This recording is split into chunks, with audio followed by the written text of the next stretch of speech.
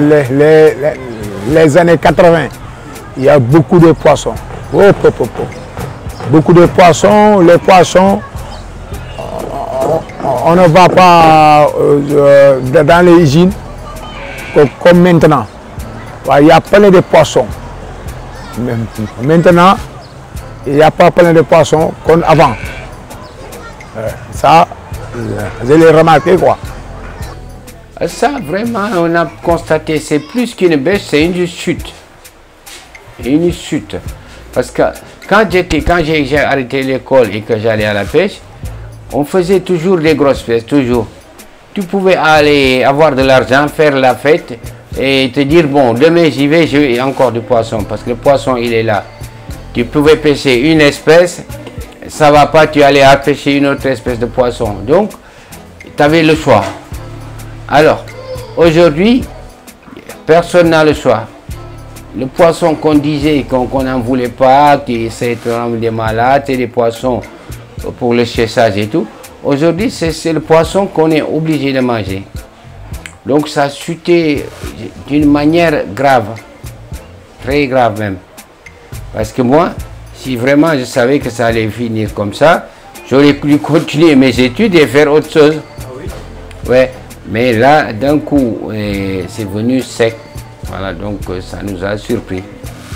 Mon explication, c'est les bateaux de pêche. Avant, on n'est pas beaucoup. Maintenant, les bateaux de pêche, on est tellement beaucoup parce que c'est l'État qui va signer les licences de pêche. Là, maintenant, il y a beaucoup de bateaux de letouches, beaucoup de bateaux de pêche, des salutiers qu'on va mettre à loin de la mer. On va mettre des grands filets, les filets électroniques. Ce n'est pas les filets pour prendre la main, c'est les filets électroniques. Il y a des presque il y a des il est long, les filets là. Il est tellement long parce qu'il prend beaucoup de poissons. Ouais. C'est avec ça, la mer, hein, il est changé. Moi, je crois que ça. Parce que les années 80, il n'y a pas beaucoup de bateaux. Il y a un peu de bateaux. Maintenant, il y a beaucoup de bateaux. Parce que moi, le mois passé là, je vais à Casamance. Je vais à marée. On fait marée. Je prends une pirogue. Je vais acheter beaucoup d'essence. Je vais là-bas à 4 jours. Je vais revenir ici. Là-bas, il y a beaucoup de bateaux. Des panneaux de bateaux. Des centaines de bateaux. À Casamance, jusqu'à Gambie. Il y a plein de bateaux. Ouais, les bateaux là, on est des filets, les filets qu'on ramasse beaucoup de poissons. Quand on ramasse les poissons, on va trier les poissons. On va prendre les grands poissons, après on va lancer les petits poissons, on lance dans la mer. C'est avec ça, c'est pas bon parce que les poissons qu'on lance, hein, ils sont morts. Quand on les laisse dans la mer, ils sont vivants, après ils sont grandis. Ça, c'est pas bon. Moi, Dame Diop.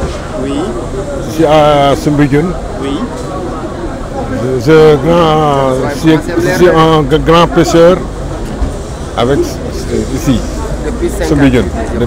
Depuis combien d'années vous avez commencé la pêche? Depuis 1958.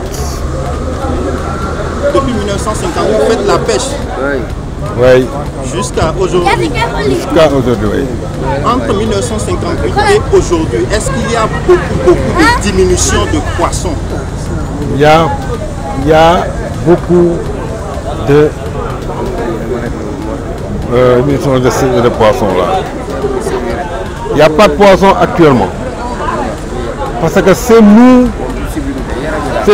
les pêcheurs qui gâtent la pêche. Comment? C'est le filet dormant, c'est le filet dérivant, c'est les filets tournants. Encore, la pêche, c'est le deuxième. Le deuxième, c'est le plongeur. Le plongeur à bouteille. Donc la deuxième raison, la deuxième cause de manque de poissons, c'est les plongeurs. C'est les plongeurs et les filets. Donc filet, première cause, Oui. plongeur, deuxième cause. Est-ce qu'il y a d'autres causes? Oui. Les bateaux étrangers. Les bateaux étrangers. Oui. Mais beaucoup de gens pensent que les bateaux étrangers sont les premiers. C'est les derniers.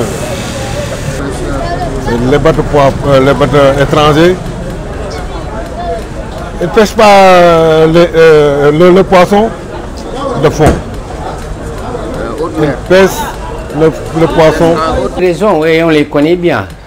Parce que les raisons, aujourd'hui, je vais commencer d'abord par la pêche traditionnelle et finir par la pêche industrielle.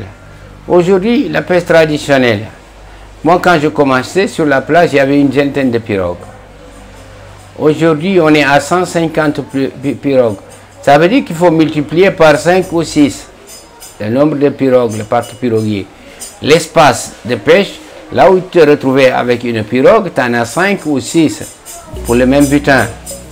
Et à un moment donné, les gens s'y sont allés fort parce que chacun voulait gagner pour essayer de construire, essayer de faire quelque chose de solide.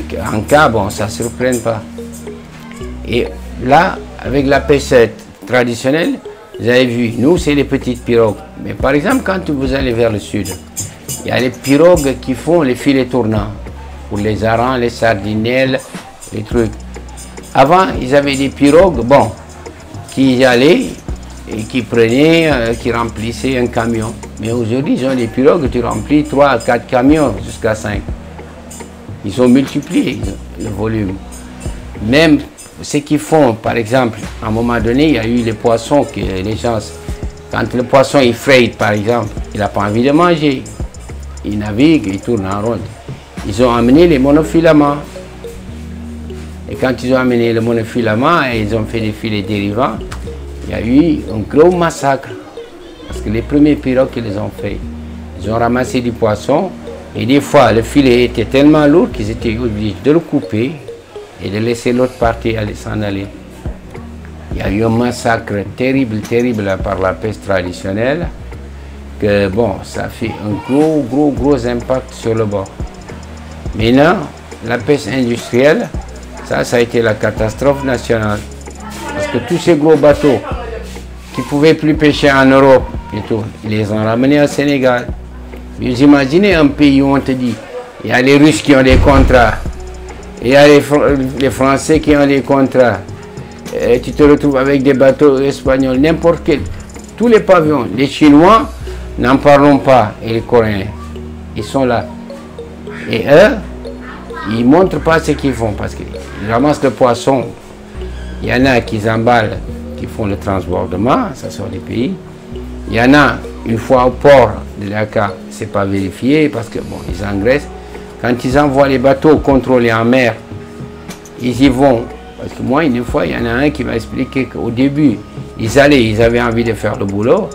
Mais après, quand ils voyaient que quand ils prenaient un bateau, avant d'arriver au port, on leur disait, vous pouvez le relâcher, le problème est réglé. Attends, ils ont changé vite de comportement. Et c'était eux qui prenaient à Bachis. Donc, vous voyez ce que ça donne. Il y a une grosse pêche industrielle au Sénégal qui est incontrôlée. Les gros bateaux, ils font ce qu'ils veulent. Toutes les heures, tout moment. Parce que, comme vous le savez, en ce moment, avec les usines de farine de poisson, maintenant, ils prennent tout. Que ce soit la pêche traditionnelle, la pêche industrielle, ils ramassent tout le poisson. C'est ça. Nous, on croit que c'est les bateaux avec les filets là. Quand il est chaud, il y a des poissons. Les poissons, ils vivent pour chaud. Maintenant, les thons, les carpes rouges, les barracudas, les sards noirs, les sards blancs. Ça, quand la mer il est chaud, ils sont là.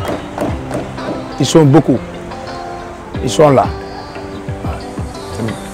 Avec les marlins, les albacores, les bonites, tout, ils vivent dans la saison chaude. Ok. Les poissons là, chaque saison, hein, on est venu. La saison froide, les poissons qu'on pêche, ils sont venus. Comme maintenant, le changement climatique, ça ne vient pas pour gâter la mer. Ça, c'est impossible. Samba. Oui. Alors,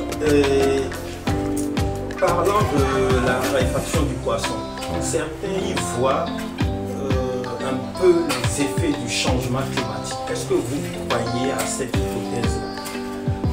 Cette hypothèse, moi, je ne crois pas trop. Pas trop. Parce que je vais te dire pourquoi. Parce que le poisson, il est un peu comme nous. Dès qu'il ne se sent pas bien, il a tendance à se déplacer. Parce qu'avec le changement climatique, qu'est-ce qui est arrivé par exemple? Moi j'ai remarqué sur la côte, chez nous ici, sur les rochers, il est arrivé des espèces qu'on avait, mais que le poisson aussi il mange. Parce que d'autres poissons ils mangent. C'est-à-dire, tu n'as plus ça, mais tu as autre chose. Par exemple, les moules. On n'en avait pas nous. Et aujourd'hui, on en a des grosses. Le poisson il mange. Certaines espèces ont disparu, mais il y a d'autres qui sont venues. Voilà.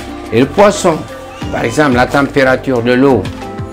Moi, j'ai fait de la plongée sous-marine. Ça, j'en ai fait plus de 15 ans.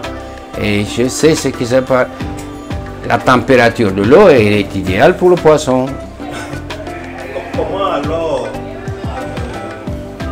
arrêter, je ne sais pas, la saignée, si je veux le dire ainsi?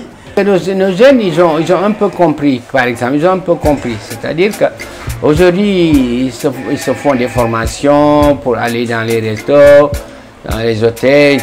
Voilà, avant, ce qu'on ne faisait pas.